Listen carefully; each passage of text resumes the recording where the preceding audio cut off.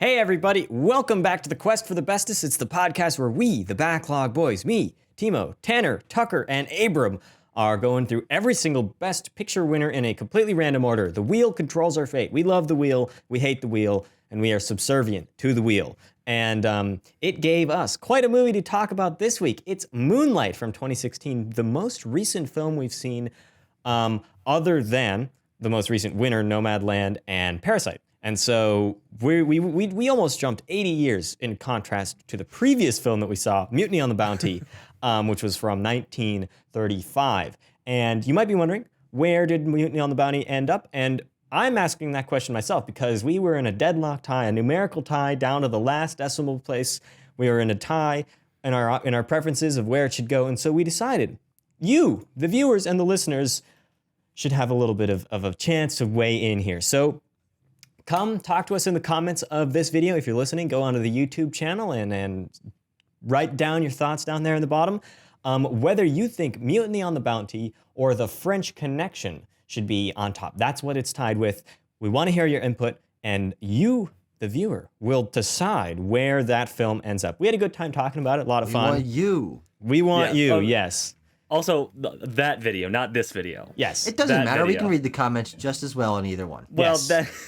Okay. Yep. Tell us what you think. Let's make this a challenge, right? Because either way, we're going to get the same comments from the same three people. So if you don't want to be part of the silent majority, yes, speak out. Frankly, I don't care if it's in this comment section or the last one. But the fact is, we're kind of recording out of order, so it's a little bit of a sticky wicket. But we're going to figure the whole thing out, but only with your help. So make sure you leave a comment somewhere. I don't even care if you've seen either of those movies. Let us know what you think based purely on the vibes. Yes, that's true. Okay, and with that, we don't really have a featured comment this week because we're really getting back into the swing of things, just rolling right along recording these episodes, but we're having a good time. Moonlight, directed by Barry Jenkins, 2016, a bit of a fiasco. It's the Best Picture winner that almost wasn't for a little while, if you can remember back to that Oscars ceremony. What did you guys think of this film? First of all, have you guys seen it before? Because I know I have. And I was praising it quite a lot at the end of the episode, but I'm just curious. Tanner, you haven't seen it. Abram, you? My first time. Okay, there you go. So who wants to lead us off with some thoughts? Maybe weave in a little bit of a synopsis in there? Sure. I mean, as one of the 50% of us who's inexperienced with this film, I think I can handle it. Yeah, I think you can too. So, well, now 100% of hopefully 100% of us are experienced with this film, because that would help a lot in this review. And in my experience, I picked up this as a plot for the film. So we follow our main character, Sharon, excuse me, I believe is how they pronounce it in the film. We see him start off as a young boy growing up in Liberty City, Florida. It's a suburb of Miami. And he is, he's very clearly alienated from the rest of the kids around him as a product of his sexuality. He also has the added struggles of growing up in an impoverished neighborhood as a African American child. And we sort of time jump through his life as a teenager and as an adult man, and we see his struggles continue through his personal relationships, his interpersonal conflicts with his sexuality, and what it means to be a man and masculinity, and how he should emote and let others get close to him. And it sort of culminates on a sweet note with him reuniting with a childhood friend and lover. And this is a beautiful film. I'm very fresh on it. We just watched it last night for this recording, so I'm very excited to sort of talk this one out, parse it out as we go through this review. Great. Tucker, you want to give us a little break from the fresh perspective and show us what it's like to watch this movie as a returning viewer? I just, first off, I want to congratulate you, Tanner. That was actually a really good synopsis. Usually our synopses are kind of choppy, but I mean, that was actually a solid flow, and I really appreciate it. But Moonlight is a movie that I saw a couple years ago, mostly because it's a movie that a lot of people say is really, really, really good. And I came into it with pretty much no expectation that first time, and I enjoyed it quite a bit that first time, but it was way before my time of analyzing film, of considering film in a particularly large way. So I had largely forgotten a lot of it, but I think a lot of this film boils down to not necessarily specific moments for me, but more of an overall tone and emotion that the vibe of the film gives off. So I don't know how I'm gonna how I'm going to be weaving my thoughts throughout this conversation, but as topics are brought up, I'm sure it'll spark things in my head. But I still do think I think it's a really great movie. It's not one of my personal favorite Best Picture winners, and it's not right up there at the top. But I've got a lot of positive things to say about it. Yes. There you go, Abram.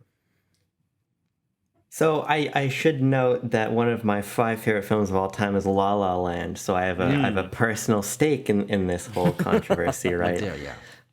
And completely setting that aside, I think that this is obviously deserving of that win. Yeah.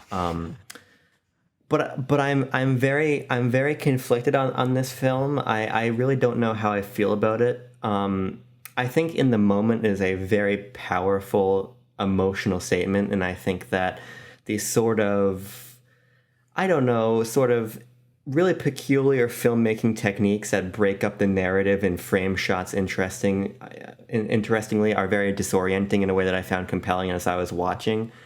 But I think leaving my first viewing, I think this is a very disjointed film, intentionally so, obviously, but in a way that feels unsatisfactory. And whether or not that dissatisfaction is intentional on behalf of the director, for me personally, I find myself wanting more out of this, specifically in the case of something like Mahershala Ali, who is amazing, and we set up this really interesting tension in the first story that doesn't get played out later. And while I understand why the story is told this way, and I think it's powerful by its own merit, I don't think that this film really stuck the landing for me. But that said, I think that if I were to watch this movie again, it might be higher on my list after a second viewing. But I have to say that I am not sold on the decision to structure the film the way it is structured now after seeing it once.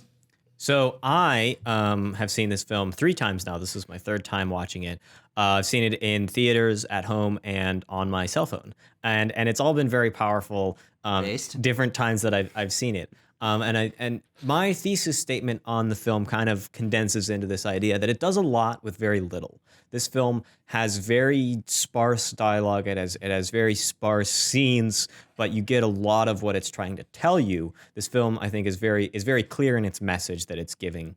And so I like seeing and figuring out how that's being developed. I think this film is beautifully shot. It was one of the first films that I saw that like showed to me how really textured and good feeling digital cinematography could be. It was shot digitally with small cameras that really ended up influencing me the first time I saw it and how I make my own movies.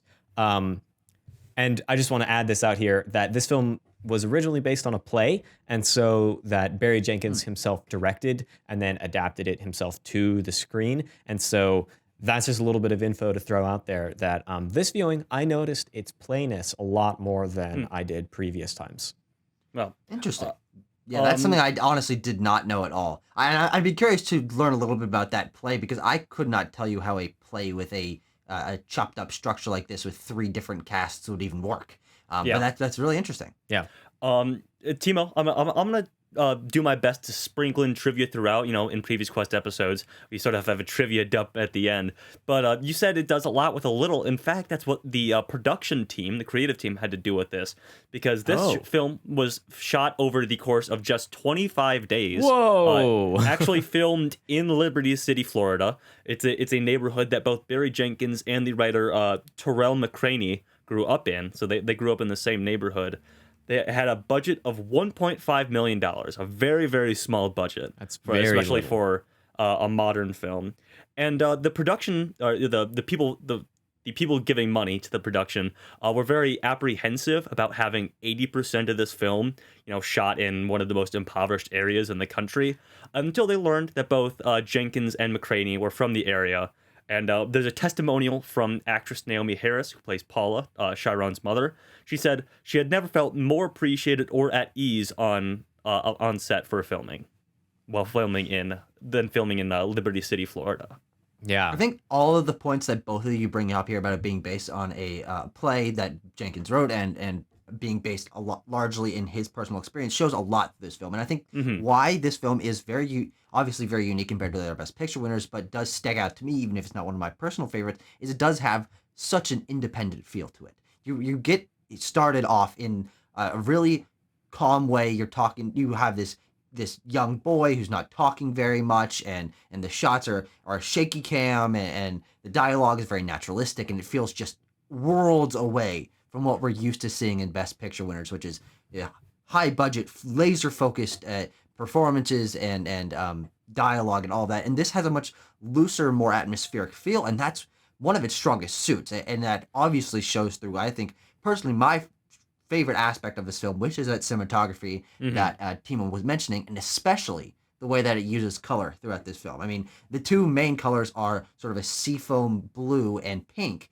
and the ways that the sets are designed in the backgrounds with different greens and blues sort of accenting the characters, and blue lights and pink lights framing them, it's gorgeous, and it really contributes to that tone that I was starting to talk about at the beginning of my original thoughts that just permeates throughout this. So I was really absorbed into the film from that tone perspective, being so different, it being so visually compelling, and just creating this atmosphere that I was really enraptured in. Even if I do have problems, I think I want to spin more off of what Abram said later on about its structure, helping and hampering the story. Tucker, you used a word there that I want to jump on because I was going to use it myself. You said naturalistic, and I find the way this film portrays everything is in a sense of like utter striving for it to feel like real life in almost every capacity that it can. The way the camera moves around, and I think that it's shot in very long lenses. You get there are very few wide shots in this film.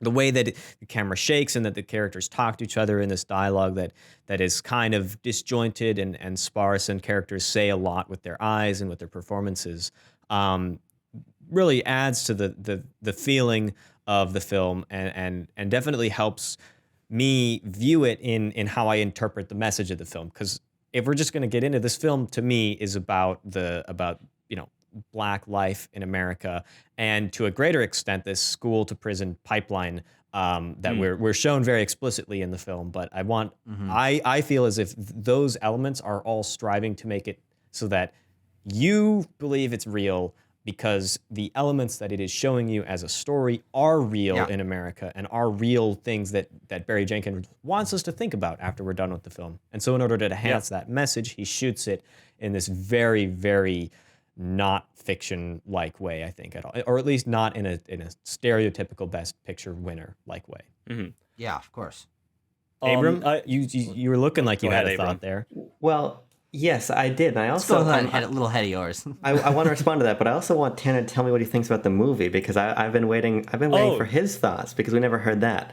However, what I was going to say to that point is I disagree in pretty large part with the idea that this film feels natural. I think it feels decidedly unnatural, and I think that's why the movie is very interesting.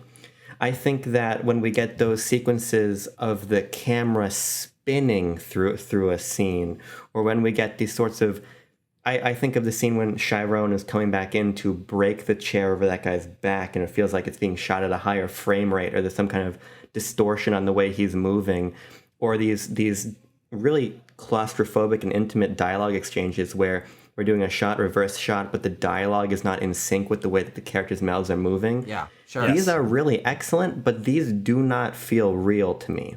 And so what I think makes this film interesting, and where I disagree, even though I think that obviously the narrative and the themes are grounded in America and our social issues that we have politically, I think that the ways that it feels theatrical are why the movie is interesting, and why during the runtime I sort of found my issues with the structure of the movie being obscured, because I was compelled by the ways that the story was mediated by a filmmaker who had something to say and a style in which he wanted to say it.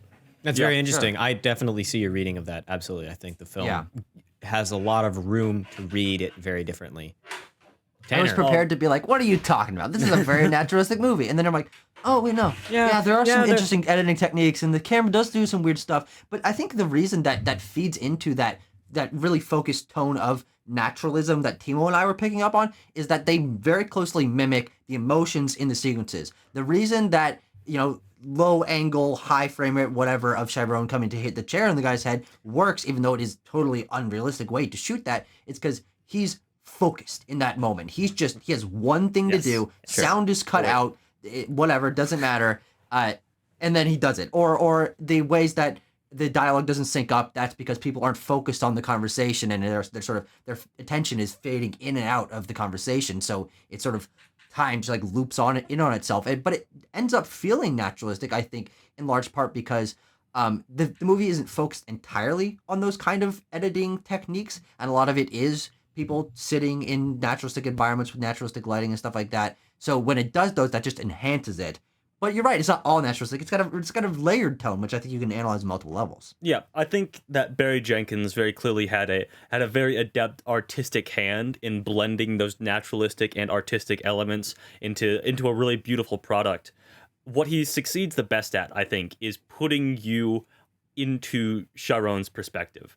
In just the few examples that we talked about, like in that conversation with his mother when he's a teenager, that was where I really first picked up on the thing of it would do a shot reverse shot, putting you in Sharon's POV, and talking to his mother. He's looking at her face. Her mouth isn't moving, but her lines are going in a narration almost. And Tucker, like Tucker said, he's not focused on the conversation. He's focused on his mother as a person in this moment. The higher frame rate while he's about to go attack. I think it's a his shutter bully speed. with his chair. I think you Shutter up, speed. up the shutter speed for which is like an action thing. This is a That is filmic action trope. That's like that feeling of like almost disconnectedness and focus that you get when you have that adrenaline rush going, when you're like you're filled with anger or something like that. I think it does a great job of recreating those very personal, intimate things that go on in someone's mind, and it places you right in its main character's headspace. Yeah.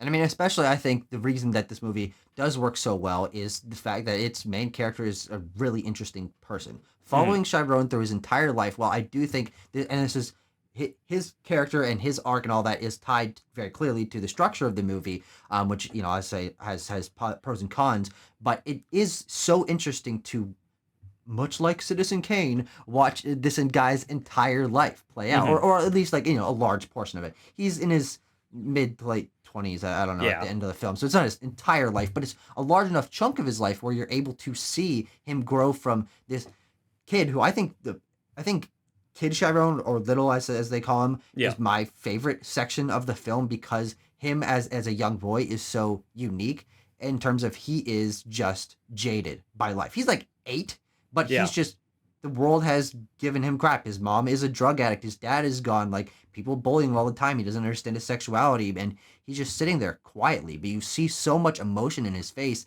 and that just pulls you in immediately. Like, okay, who is this kid? He's a cute kid. I want to protect him. I want to see him do well in life.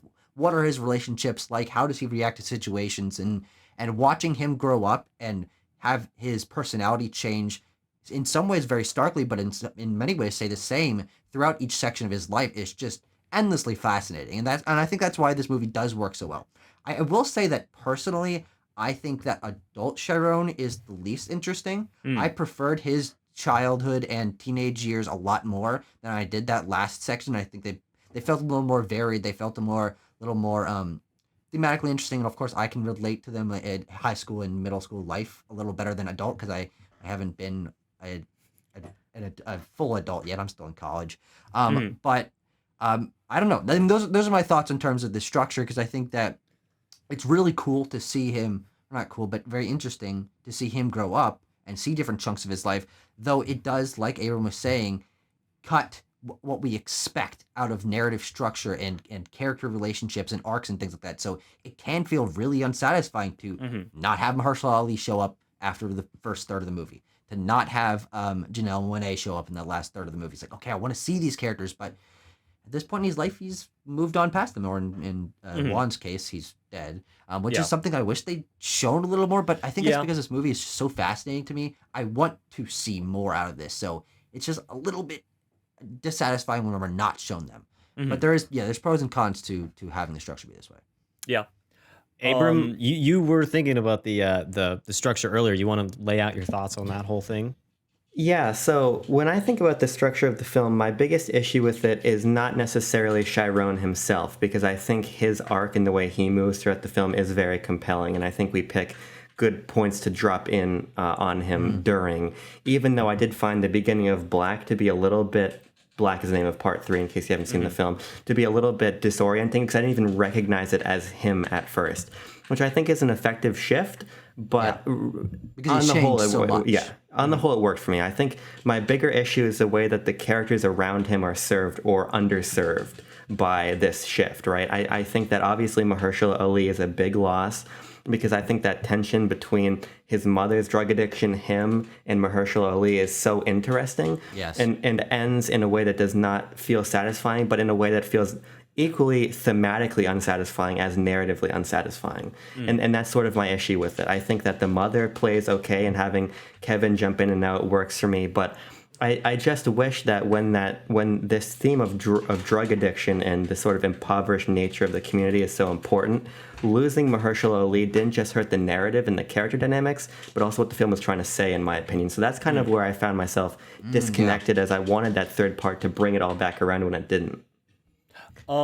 Yeah, I mean, maybe I'm just maybe I'm getting a different thematic reading of it, but I'm looking at the themes of this movie as something broader than socio-political narratives about this community, and I'm looking at it I'm looking at it on an even broader scale of like sexuality, masculinity, vulnerability. I think that's what this film is really trying to talk about, because those things are core to Sharon's character and his character arc and how he changes over the course of the film. Abram, you brought up how, that jump from when he's known as Sharon as a teenager to Black as an adult, and how that's almost an unrecognizable shift over 10 years because Trevante Rhodes, by the way, a Greek god of a man he's like 0% body fat, just an incredible physique on that guy.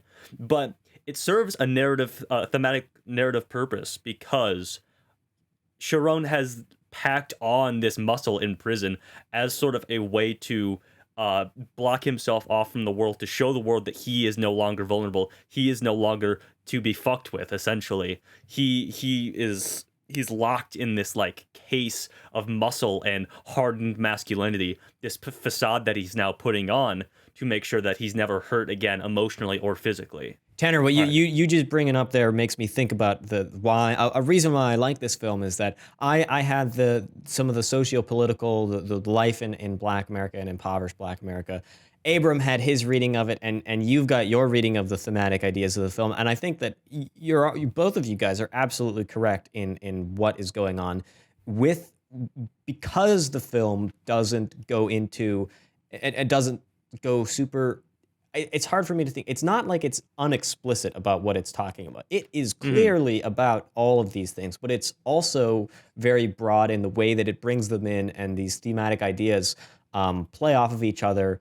Like, if we're thinking about structure, I'll just give up an example. Why do we jump from teenage to adult Sharon? Is because he went to prison, and it's that whole idea of he was literally in school. There's a lot of drama there, and it's not his fault, and he's retaliating, but he was being picked on, and there's issues that aren't being solved. And why does he have to go to prison for this now? That whole idea is like, boom, now we're jumped ahead. And then in the end, with Kevin in the final moments of the film, and we're seeing that hardened masculinity fade away as we sit there in some of the final shots of the movie, and it's a very touching moment that just, I think, proves how versatile this film is in dealing with thematic material. It's because it doesn't say a lot, not like like literally there aren't very much lines of dialogue, and there isn't a lot of action. I think that's why it's able to communicate all this stuff through pure film communication, which is something that is super impressive to me. And man, if I could communicate my ideas as well as Barry Jenkins does in this film, I would not be making this podcast probably. No, I'm just kidding. But how dare you? How dare you, Timo? How dare you? No, but I think you're right in the sense that the reason when you say it doesn't say a lot, it's not that it doesn't have interesting things to say, but it doesn't focus on any particular one of them. So you can't very clearly get this reading out of this part of the structure of the film on this theme, because it changes from section to section. Each one has different focuses on different themes, and Abram focusing in on what I think is one of the more interesting themes of the film as well, is that dynamic between parenting and drug abuse and how the relationship between Mahershala Ali and what was the mom's actor? Naomi Harris. Naomi Harris. Their dynamic and how they both relate back to both essentially their child is fascinating. But that is not really, for the most part, touched upon for the rest of the movie because it shifts away. Obviously, Juan dies and he moves away from his mother for the most part. But you can read it from all these different angles. And I think they're equally valid. But when you focus on a particular one of them, like Abram said, there are clear examples of it losing a little bit in terms of its structure because it can cut away a part of that theme. Mm-hmm. I agree with that, and I think part of my problem, and this is definitely a personal way that I read film, I like focus in terms of theme. And sometimes, for me, I think that this movie could have been stronger had it focused a little bit more, because Tucker made the joke about just a little bit ago about saying, oh, the film's about socioeconomic issues, right? And that's already pretty broad, but then Tanner wants to take it even broader. And sometimes I feel like I think about this in things like Jordan Peele's Us, for instance, where if we took the time to isolate, okay, we've got all of these threads, and I think that both Moonlight and Us, when we're talking about Moonlight, of course, does a nice job, as we're saying, touching on all of these different thematic elements and weaving together kind of a larger picture of life, right? And I think that's interesting. But I also think that in a film that is this artistically pointed from sort of a production standpoint, I think having a little bit more specificity in the theme would have also helped for me, because it does feel unsatisfying in a not deliberate way to raise interesting points, like that scene where we have Juan crying at the table after he admits to Chiron what's going on, right? And then to drop that. I just don't think that really serves the characters or the audience's expectations. So while I can appreciate the sort of flexibility and the ways that you have to be so deliberate in your writing and your acting and the nuance of every facet of the production to make that work, I can't help but wonder how much better it could have worked if we had laser focused in on not even just one theme, but one basket of themes. And that's just kind of where I find myself, again, on that first viewing, not sure if I'm fully behind the construction of the film, even though I totally get what everybody's saying, Timo, Tanner, about having these different views and readings. I think that narrowness would have helped. Sure. I want to talk about maybe put a button on talking about Chiron specifically, and then maybe expand to the sort of sparse but still very, very solid supporting cast here. And this also speaks to the structure of it, because this is broken down into 3 acts essentially: Little, Chiron, and Black. In different areas of the film, he's referred to those names, and I think it's an interesting comment on how the whole film is, to me, is sort of about like how your environment shapes you and puts labels on you, and how you can either be defined by those labels or you can reject them. Chiron obviously is basically tragically defined by these labels and hardened and crushed and put into a box by his environment that's hyper masculine and basically refutes any sense of vulnerability, especially male vulnerability. And I think the idea of him going by different names is sort of that idea of him being put under different labels throughout his life. And quick bit of trivia relating to the 3 different actors. Barry Jenkins said in an interview that on set, none of the 3 different actors for Chiron ever met, and he encouraged as encouragement for them to build sort of their own unique identity for what this era of Chiron would be. Interesting. Yeah, and I think that just points to the fact that they wanted each of... Internally, he has changed so much from the way that the world sees him, the way he sees himself between each of these sections, that, you know, from first glance or hearing that piece of trivia, I'm like, I wonder how different it would have been if they had been able to sort of unify their vision. But I think there's benefits to both ways, though I could see myself feeling a little more compelled by the cohesiveness of Chiron's entire arc if the characters... If they had met, if they had communicated a little better, if there had been a stronger through line, but I don't know. It's interesting either way, and that's also a really interesting piece of trivia that shows how focused Barry Jenkins was on having this be his artistic vision. Like blocking the actors from meeting one another is a pretty big step to take. Yes. I think you bring up a very interesting point, Tanner, at large about the names and about this stuff. I mean, I'm trying to let us stray away from thematic talk, but more thematic ideas to really throw into the hat there, and just food for thought, really, to think about. Oh, well, how do my labels define who I am, and just allow it to let those ideas wash onto myself after discovering them in the movie. I think that's very, very excellent stuff, Tanner. Good job. Thank you. Yeah, I did say I want to talk about, Mahershala Ali, Naomi Harris, I'm blanking on Janelle Monáe. Thank you. Because obviously Mahershala Ali won an award for this role. But I think I was going to use that as a segue to go to awards, but I want to talk about Mahershala Ali first. Because like Abram said, and I feel myself leading towards this criticism as well, I wanted more. I really did. Mahershala Ali 100%. is a fantastic, has an amazing on-screen presence, and his character is so interesting and how he relates to Sharon, not only as a person, but his home life and everything, by being a drug dealer who inadvertently provides drugs to Paula, his mother. It's so interesting. Mahershala Ali is amazing, and he has these heart-to-heart, beautiful heart-to-heart moments with young Sharon, Little, as he's referred to. And I have a hard time calling it a criticism of the film because it's very clearly an artistic decision, and I think it evokes something within the film. But at the same time, I still feel that wanting, so I don't know how to leverage both of those. But what do you guys think? You can talk about Mahershala Ali. You can talk about any of the other characters in this. Kevin, I forgot to bring up Kevin as well. Sorry. I think all of them are incredibly acted, and I think that makes this sort of wanting even stronger, because what they're able to evoke with so little is a testament to just the production, to the writing, to what the performances we got out of these characters, right? So I think, considering especially how important Teresa is to the mother throughout the entire film, losing that element of the dynamic did hurt, and that's why I do feel like it's more of a criticism than a desire.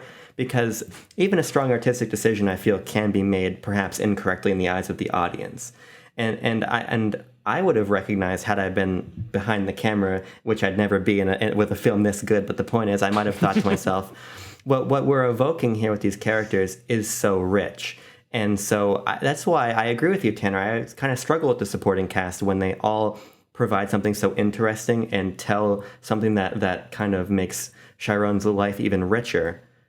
That it does feel like a problem with the film. Again, it comes back to a tension of, is this sort of dissatisfaction intentional, right? Is this something that we should feel? But then I come to ask myself, well, why should I feel that? Perhaps are we making a commentary about Chiron losing this sort of father figure in his life, right? And I think that's pretty clearly what they're trying to say. However, I just think we lose it too soon. Maybe if we'd lost him between part 2 and part 3, I would have felt differently. But after part 1, I think it is a problem. It happens very suddenly, and he has that interaction. Is the last time when he's with him in the ocean, or is there a time after that? No, it's them at the table, is it not? It's the table. He puts his head in his hands and he's crying, and then we never see him again. Yeah, it does feel sudden, in my personal opinion. But yeah, and I do wish he'd gotten more of a cinematic send off, if you will, something that served the story a bit more, maybe. I mean, it is. Oh, sorry. You can. The way that I see it, I sort of feel your frustration too. In those moments, is that if we're gonna go for this naturalistic kind of like a real life plot, sort of is what we're thinking of. It's at least more excusable to have a character die and drop out like nothing, out of left field, basically, than if we're going to be in a more cinematic plot. Just speaking about like the literal events that happen. And so if we're trying to frame up this as real life, that happens in real life. And so while I too want to see Mahershala Ali on screen more, he's a great actor.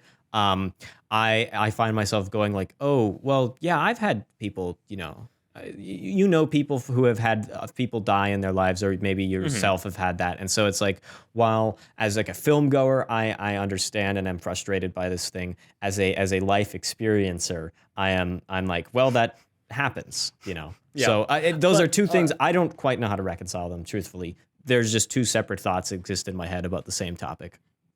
I will say, two whole thoughts.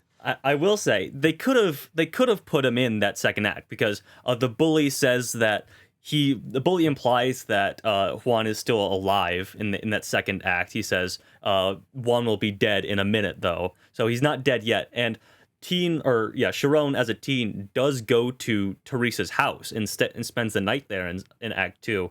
So there's no reason why Mahershala couldn't have been there. And it felt off that he wasn't. I thought that he died between part 1 and 2. No, Am I wrong about that? I'm pretty sure that Bully had a line where he said, Juan will be dead in a minute, though. I'm pretty sure that's what he said. I think this speaks to perhaps the only place that I feel like the script makes a mistake, in that Chiron never unpacks that death. And I think that's where I would have felt not dissatisfied had there even been just a couple lines of dialogue or just a scene on the beach or something where he reflects upon that. Because then otherwise I think conversation between him and Teresa. Yes, that perfectly. Perfect for that. Because otherwise I think we're just kind of invited to try to answer these questions about timeline and about utility when we could have on a script level solved that problem by making that death feel like the deliberate life event that you were talking about, Timo. Yes. Okay. I want to talk about Naomi Harris. I really only because I have a piece of trivia about her. She was nominated for Best Supporting Actress in this, and she was on a very. And this is a larger comment about what the supporting actors do with their screen time. She was very limited in her on-set availability because they were also filming Spectre at the time, and she was also on a visa. She's a Brit Bonger, for those of you who don't know, Naomi Harris. So she had basically 3 days to film her entire part of the film. What? They were filmed out of sequence. She's in 3 different time periods, out of sequence over the course of 3 days, and she still managed to get a nomination at the Oscars. Wow, Yeah, efficiency.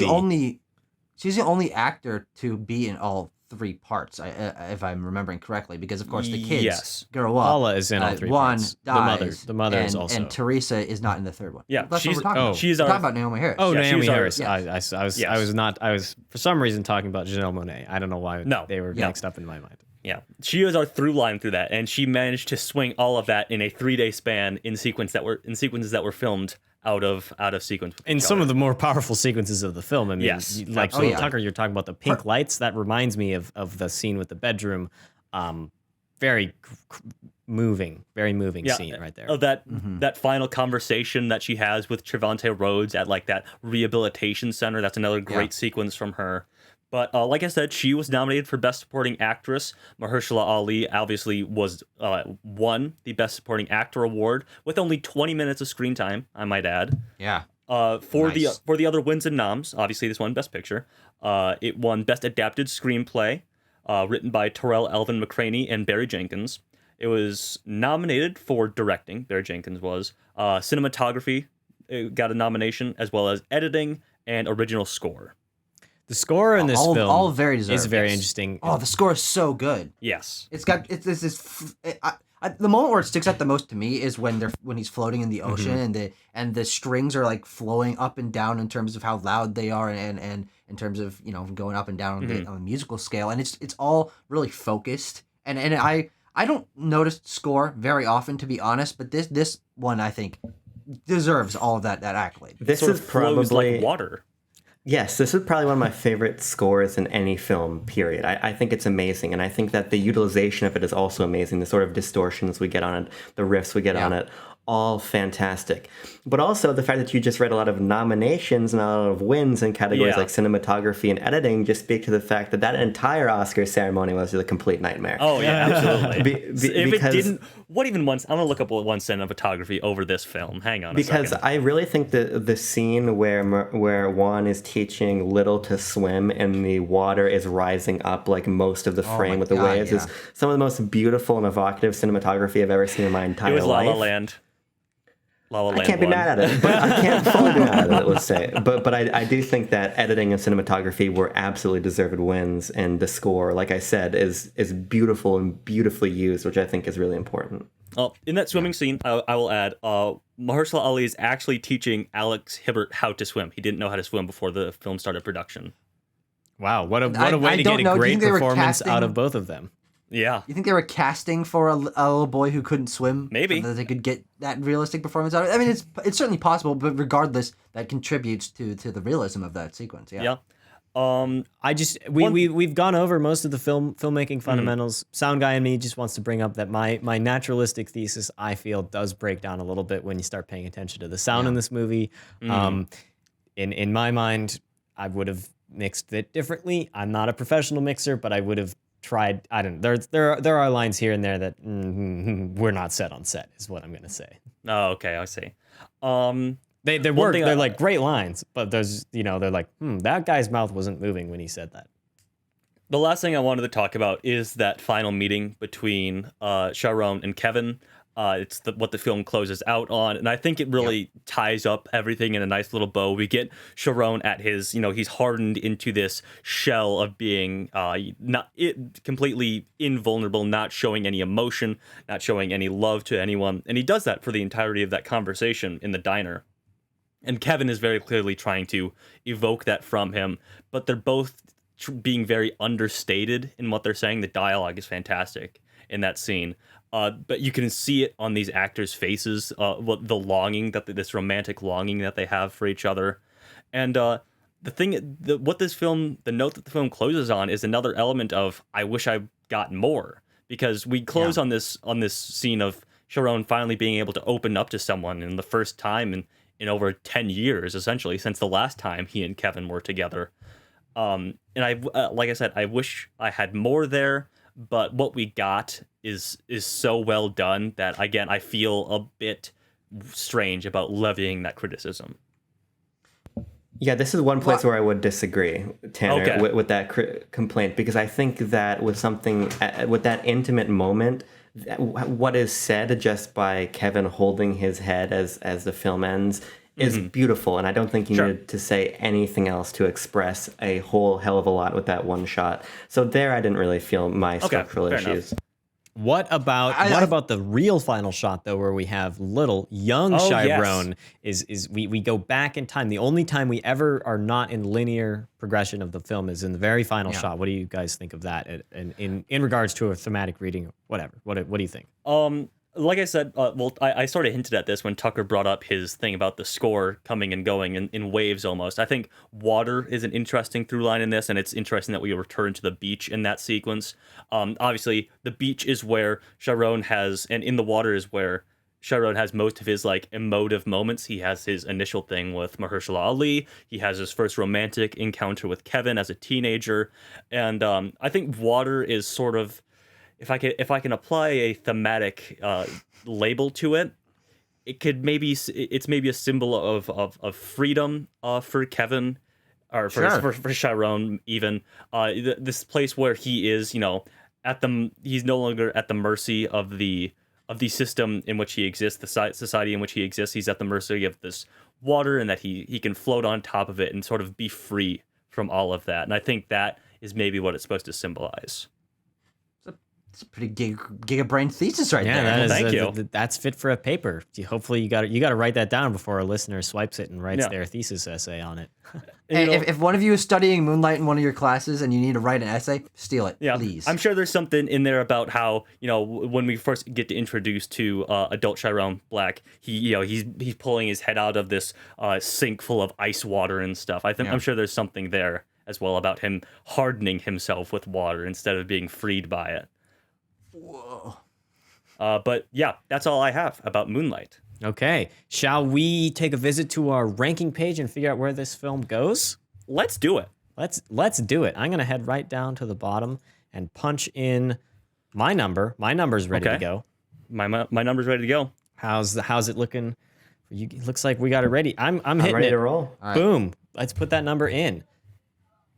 Whoa, Very united. Nice. Very Whoa, united. okay, I don't even, we have the Mr. Equation is not even there on our spreadsheet, but I don't need it because the math is really simple. There you go. Yeah, it's very easy.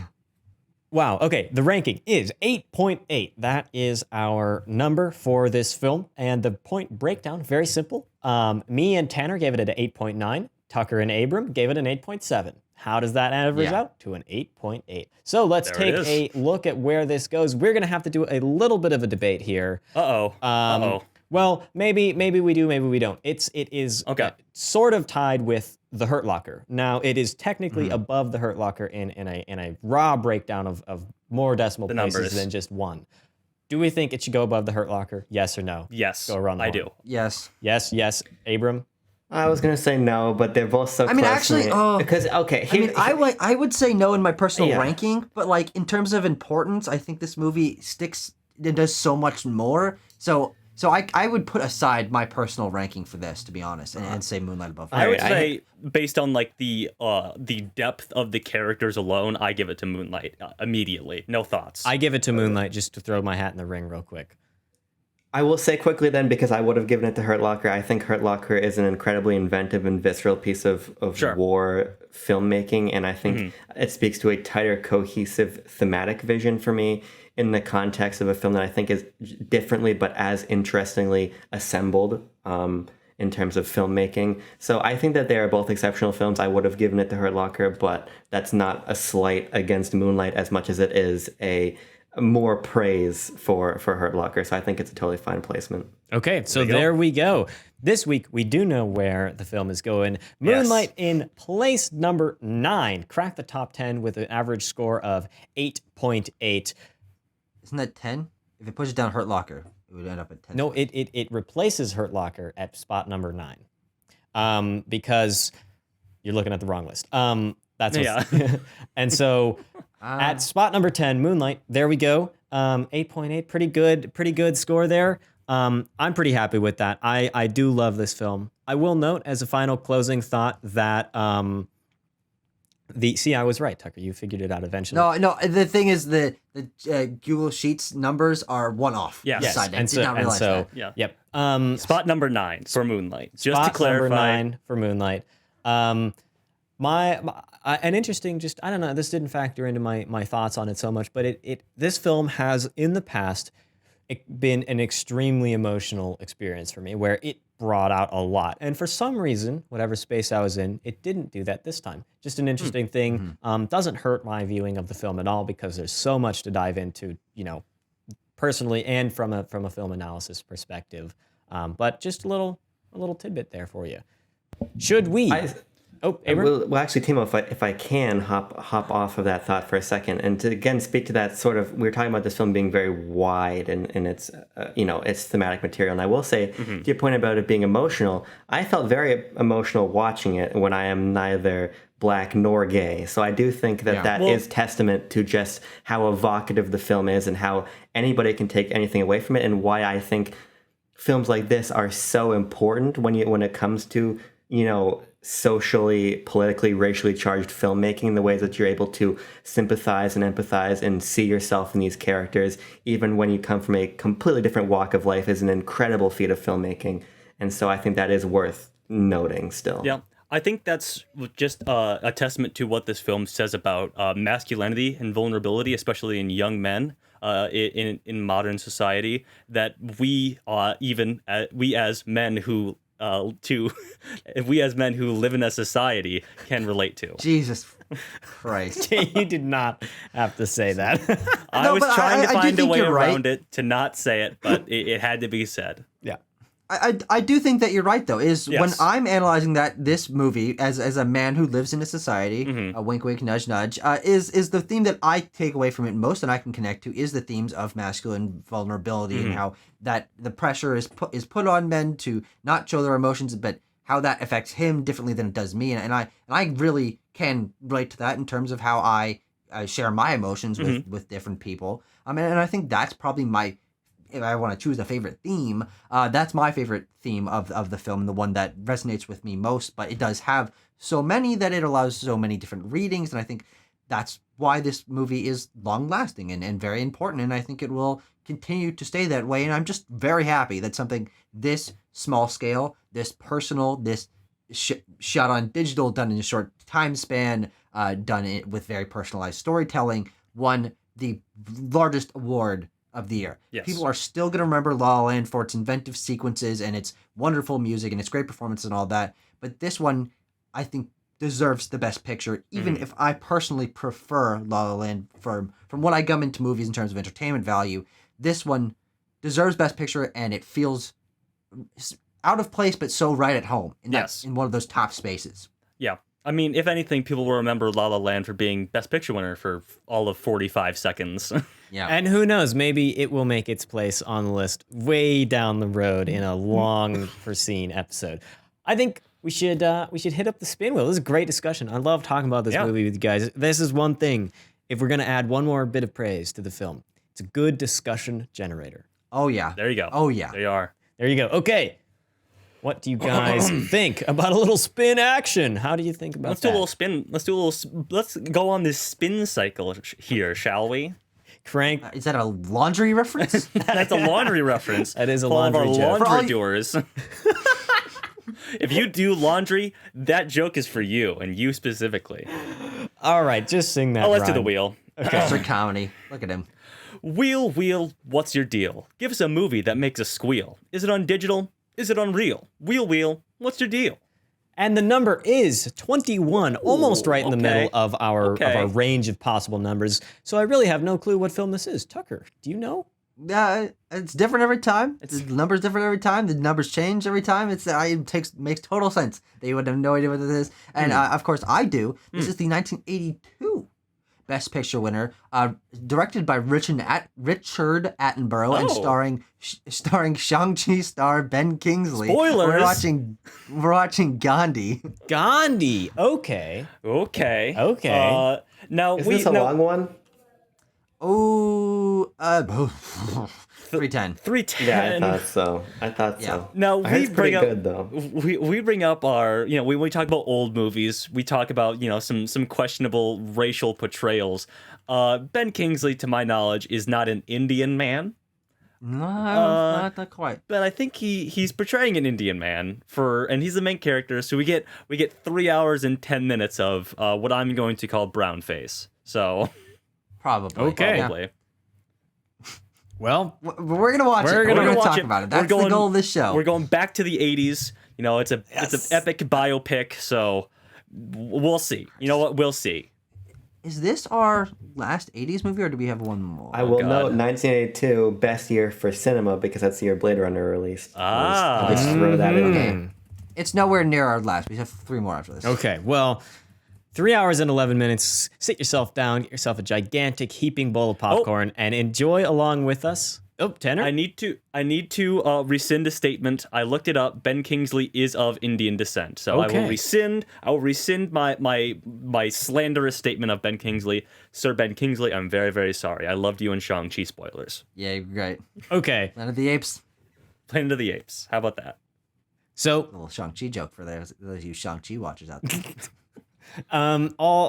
thank you guys for joining me on this episode. Looking forward to watching this film and learning a little bit about it, an important historical figure in real life. Really love talking Moonlight with y'all, and can't wait to do it again next week. All right, peace. So long.